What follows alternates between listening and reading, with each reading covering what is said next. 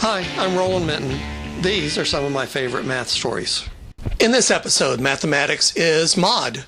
I won't be diving into the London hip scene of the 1960s, though I am a fan of the Who's and the Small Faces. Instead, this episode is about the mathematical field of modular arithmetic.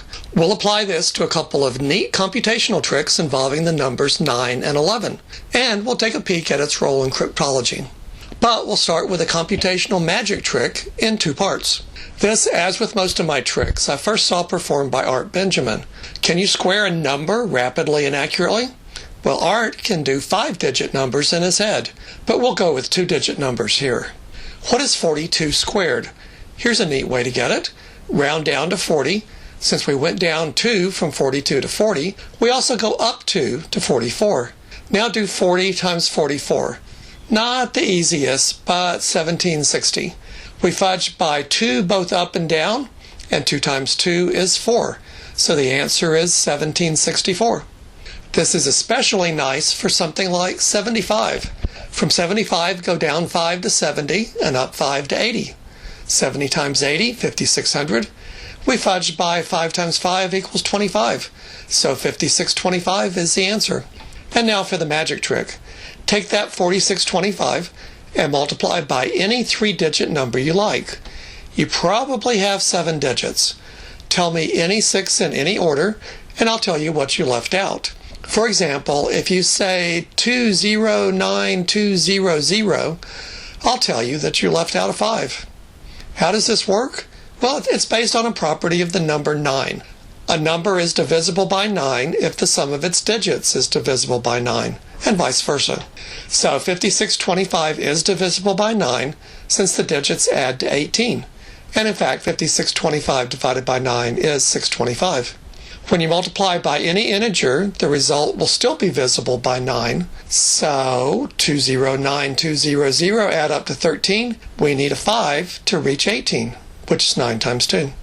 So what if you're given 209250? There's a problem. The sum is 18, and the missing number could be 0, which is correct, or a 9, giving a sum of 27, equals 9 times 3. So you have to finesse it. You might say, I've got nothing. Is it a 0? No. Oh, a 0 with a vertical line makes a 9. Well, why does the 9's trick work? This is where modular arithmetic comes in. If it's currently 9 o'clock, what time is it 5 hours from now? Well, 2 o'clock, right? 9 plus 5 equals 14, and 14 on a clock, wind around to 12, 13, 14, is 2 o'clock.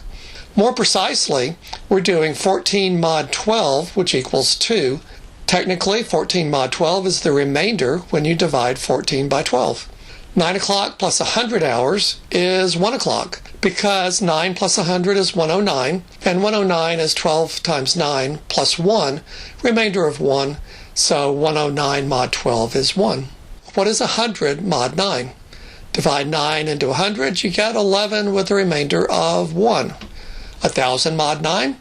Divide and get 111 with a remainder of 1. You should be able to convince yourself that any power of 10, 1, 10, 100, 1000, and so on, gives a remainder of 1 mod 9. Well, what about 5625 mod 9? That's 5 times 1000 plus 6 times 100 plus 2 times 10 plus 5.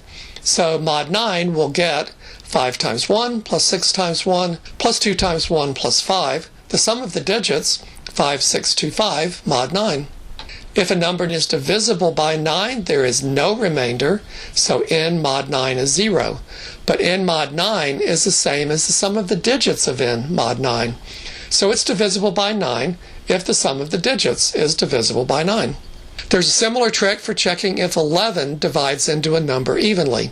Let's look at 5625 mod 11.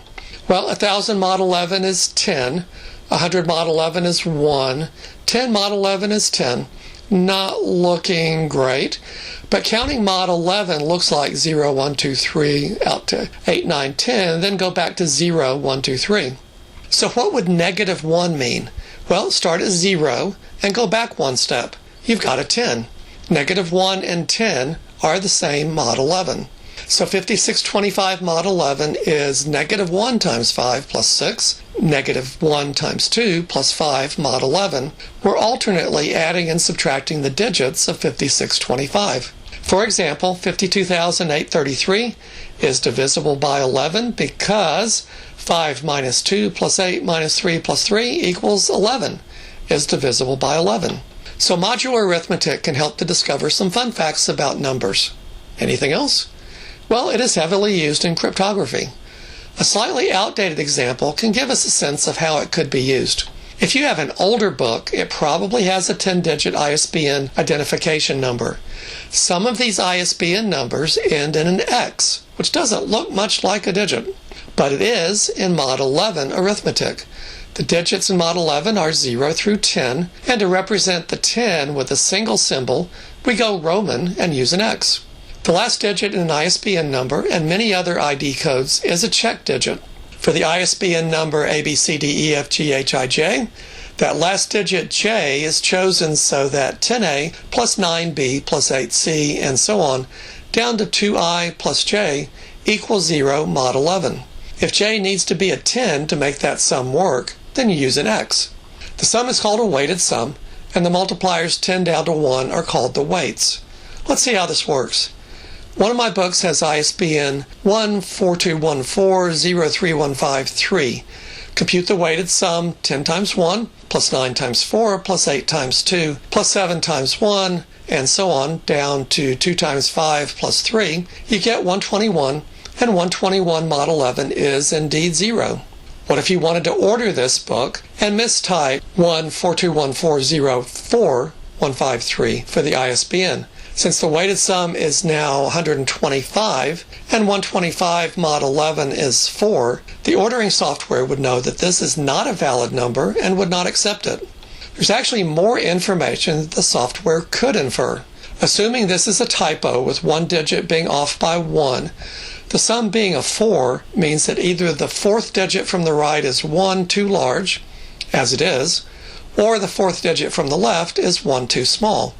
It could ask you if you meant 121403153 or 14204-04153.